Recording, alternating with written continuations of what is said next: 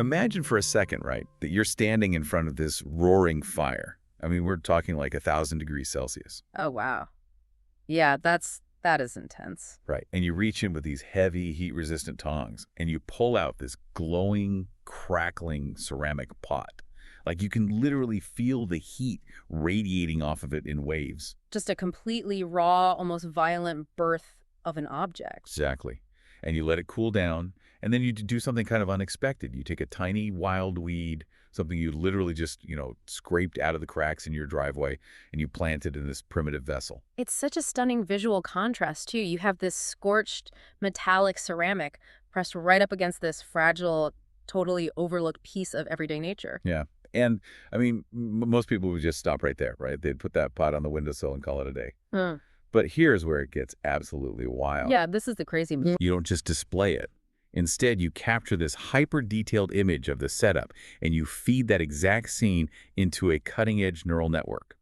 And you essentially command that artificial intelligence to reach backward through time. Right, to transform this dirt under the fingernails physical creation into a fictional, perfectly aged 18th century botanical watercolor. It sounds totally nuts, like two completely incompatible worlds colliding. The absolute oldest human craft meeting the bleeding edge of algorithms.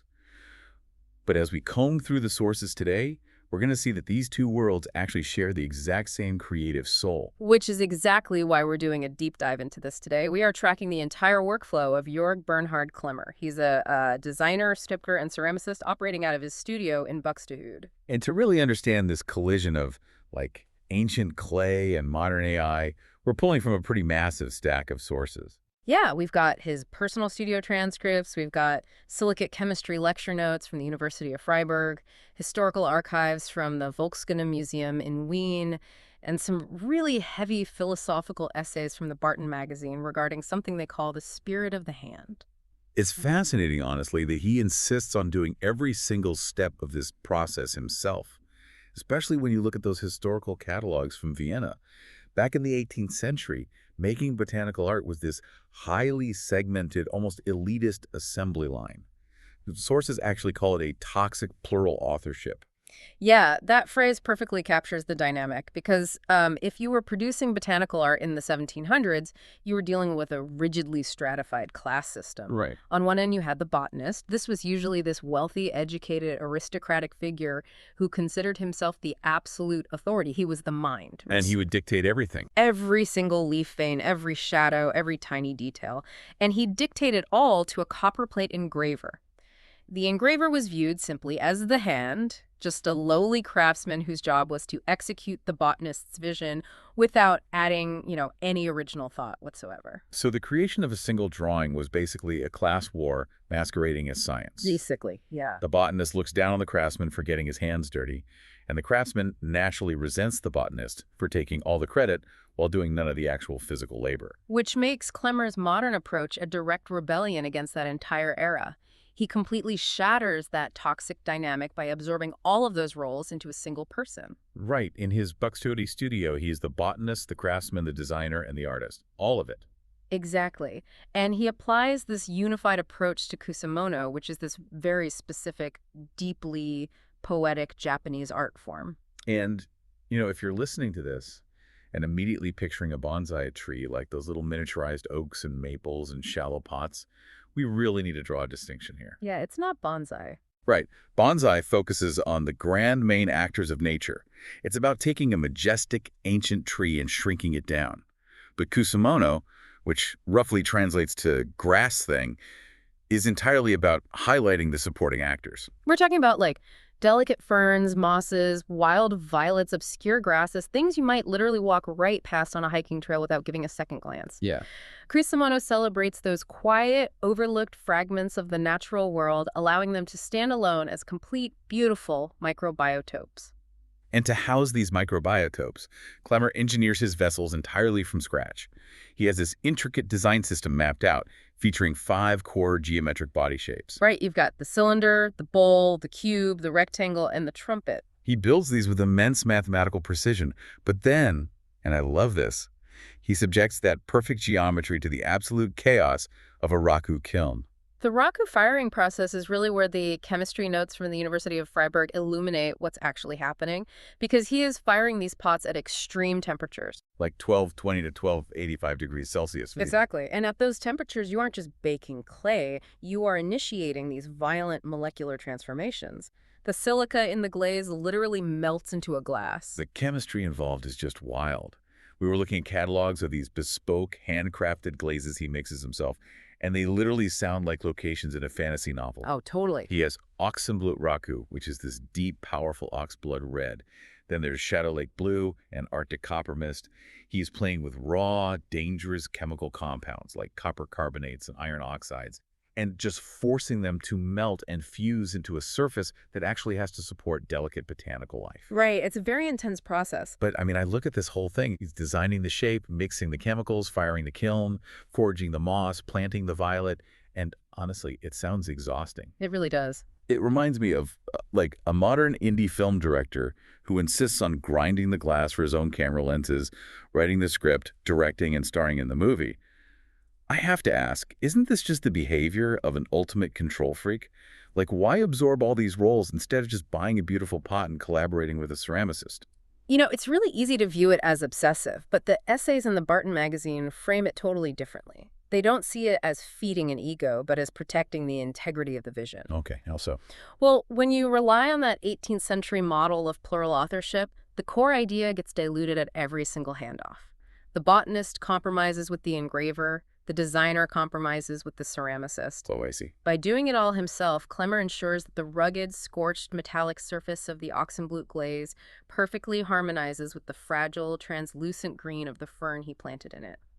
The control is necessary to create a truly unified ecosystem. The vessel and the plant are speaking the exact same language. So he exerts total, borderline, obsessive physical control over these micro-landscapes. He pulls the pot from the fire, he plants the moss. The physical object is finished, but now he needs to capture it. And if you've ever tried to take a close-up photo of a tiny flower or a bug on your smartphone, you've probably hit a very specific wall of physics. Oh yeah, the depth of field. Optics basically dictate that in macro photography, your plane of focus is incredibly shallow. So if you get your camera close enough to make the front leaf of a tiny violet perfectly sharp, The back rim of the ceramic pot instantly becomes a blurry image. exactly, you just cannot have the extreme foreground and the extreme background in focus at the same time. Yeah. Biology and physics simply won't allow it. But Klemmer just refuses to accept that limitation. He wants to capture the entire ecosystem with absolute impossible clarity. So to beat the laws of physics, he uses a high-tech process called focus stacking. He sets up the planted pot, and he attaches a motorized lens to his camera. The camera takes a photo, and then the motor shifts the focal plane forward by just a fraction of a millimeter. And it takes another photo. And it repeats this process hundreds of times. He is slicing the plant into paper-thin optical layers. It is a remarkable technical feat. And once he has those hundreds of images, the software takes over. The computer analyzes every single frame, extracts only the sharpest pixels from every microscopic layer, and then composites them together into one single hyper-realistic master image. It's literally like an MRI scan for plants. Just like an MRI takes millimeter-thin digital slices of a human brain to build a 3D model, this software is taking optical slices to bypass the biological limits of the human eye. Yeah, and you are left with a visual experience that is clinically perfect. It is sharper from the front edge of the pot all the way to the back wall than human eyeballs could ever naturally perceive in real life. Even if you were standing 6 inches away from the physical pot, your own biology just couldn't see it this sharply. Which, honestly, makes me question the underlying philosophy here. If the whole goal of Kusamono is to celebrate raw, imperfect, overlooked nature, why use high-tech software to create an image that is sharper than human biology? Doesn't creating this hyper-perfect clinical image completely kill the natural, earthy vibe? You're taking something organic and turning it into a mathematical composite. I know, it sounds totally contradictory on the surface, but the studio transcripts reveal a really interesting perspective. Klemmer argues that this extreme technology actually forces a deeper, almost meditative appreciation of the natural subject. Because it removes the blur. Exactly. By giving you infinite sharpness across the entire field, the technology demands that you look at the tiny, magnificent details you would normally just ignore. You see the microscopic cellular structure of the moss. You see the hairline fractures in the Raku glaze caused by the 1200-degree heat. Wow. The hyperreality doesn't kill the nature, it elevates those supporting actors onto a brightly lit stage where you're forced to confront their complexity. I can see how that forces you to slow down and really look. But this brings us to the most jarring twist in his entire workflow. Because once he has this clinically perfect, hyper-modern, impossible-to-see in real-life photograph, he intentionally ruins it. He does. He uses generative AI to send the image backward through time. And this is really the core of the paradox we're unpacking today. Right now, the design world is completely obsessed with using AI diffusion models to create sleek, futuristic, impossible sci-fi art. But Klemmer takes his hyper-sharp photo and feeds it into the AI to generate a fictive historisch aquarelle, a fictional historical watercolor. He forces the algorithm to mimic those exact 18th century botanical copper plates we were just talking about. Exactly. He does this following the classical principle of prodesse et delectare, which means to instruct and delight. The AI generates these artificial, yellowed, handmade paper textures. It simulates how water and pigment glide into the fibrous grains of the paper. It even hallucinates fake, elegant, handwritten botanical notes in the margins. It looks exactly like an artifact you'd find sitting in some dusty drawer in a museum in Vienna. Right. And to understand how the AI does this, we have to briefly look at the mechanics of diffusion models. Because these algorithms don't just slap a digital filter over an image. No, it's way more complex than that. Right. They work by taking an image, gradually destroying it with random visual noise-like television static until nothing is left, and then mathematically learning how to reverse that process. So when Klemmer gives it his crisp photo and a prompt for a historical watercolor, the AI is literally carving a brand new image out of static. It's hallucinating the brushstrokes, the water stains, the fading ink, all based on the mathematical patterns of millions of real historical paintings. And this specific use of AI, this ability of a machine to perfectly mimic human imperfection, is striking a massive nerve across the broader design industry. We look at a study from Figma called the State of the Designer 2025, and it found that 41% of designers currently feel threatened by AI. That's a huge number. It is. And it's not just about job security either. Yeah. There is this profound philosophical fear that algorithms are going to completely erase the spirit of the hand. Yeah, and the Barton Magazine essays dedicate a lot of time to this fear. The spirit of the hand is that human accidental touch that gives art its soul. It's the slight tremor in a brushstroke, or the way a craftsman might accidentally drop just a little too much water onto the canvas. It's the signature of human frailty. And when a machine can simulate frailty perfectly, people panic. We are seeing this biomimicry pop up in other industries too, right? Yeah. There's a project by ACPV architects mentioned in our sources where they're using AI to mathematically simulate the pressure and heat of millions of years of geological evolution. Oh, right, the marble tiles. Exactly. They're generating patterns for massive 3-meter-tall fictional marble tiles. They're having a computer dream up rock formations that have never existed on Earth, complete with realistic geological imperfections. Which is incredible, But it brings up a massive philosophical hurdle. If Klemmer takes a photo of his own hard work and then feeds it into an algorithm that was trained on the backs of millions of real historical painters, isn't that inherently soulless? I mean, even if it's not just a filter, the machine is still doing the heavy lifting of the aesthetic. Where is the spirit of the hand if a server farm is the one holding the digital brush? that fear of the soulless machine is exactly what Klemmer is challenging. When critics ask him where the soul is in a computer-generated watercolor, he points out a fundamental equivalence that completely reframes the entire conversation. To Klemmer, the AI neural network is exactly the same as his 1285-degree Raku kiln. Okay, wait, let's pause right there. An algorithm running on a silicon microchip in a sterile, air-conditioned server farm is the same thing as a brick oven full of literal roaring fire. Conceptually, yes. Oh. Think about what actually happens when he fires his ceramics. He meticulously controls the starting parameters. He shapes the clay with his hands. He mixes the exact chemical ratios of the copper and iron for the glaze. He decides the precise minute it goes into the fire. But once he closes that heavy kiln door, he has to completely surrender to the chaos of physics. He cannot control exactly how the carbon from the ash will fall in the pot. He cannot control the precise path of the craquelin, that tiny spiderweb network of cracks that forms as the molten glass cools. The fire takes over and finishes the art. Wow. Okay, so with the AI, he is engaging in the exact same process of surrender. He sets the parameters, he provides his meticulously crafted, focus-stacked botanical image, he writes the detailed text prompt dictating the 18th century historical style. But once he hits the generate button, he completely relinquishes control to the map. Exactly. The chaotic rendering of the algorithm, like exactly how the virtual watercolor decides to bleed into the digital paper fibers, or where it randomly decides to place a stray drop of sepia ink, is completely out of his hands. The AI is not a brush. A brush is a simple tool. It does exactly what your hand tells it to do.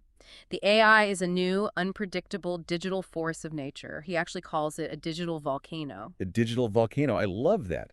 He is subjecting his digital file to the chaotic forces of the algorithm, just like he subjects his clay to the chaotic forces of the fire. And he expands this concept beyond just images, too. The transcripts mention he uses generative AI to create ambient sound design. Oh, really? Yeah. He generates audio landscapes of flowing water or the sound of wind through grass to accompany his visual pieces and exhibitions.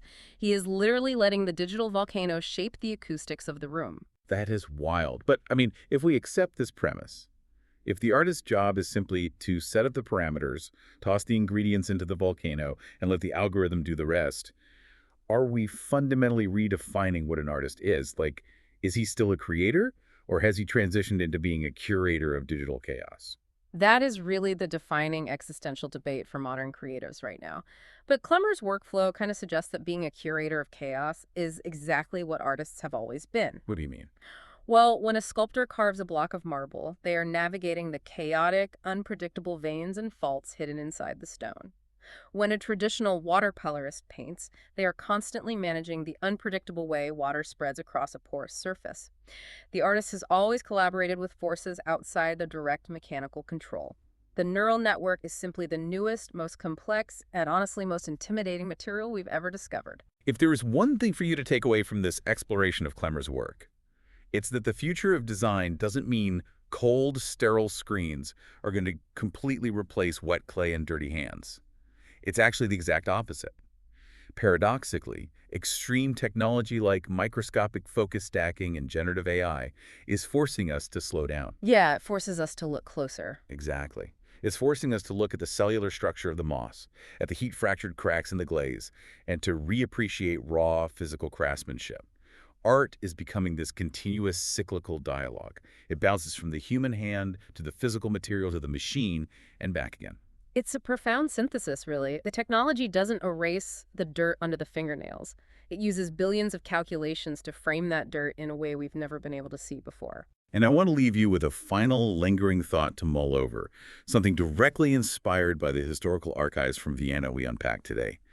Back in the 18th century, those arrogant botanists and engravers obsessively copied each other's drawings. They shared styles, they borrowed techniques, and they replicated subjects because they believed it was their absolute scientific duty to share and evolve the collective knowledge of humanity. Right.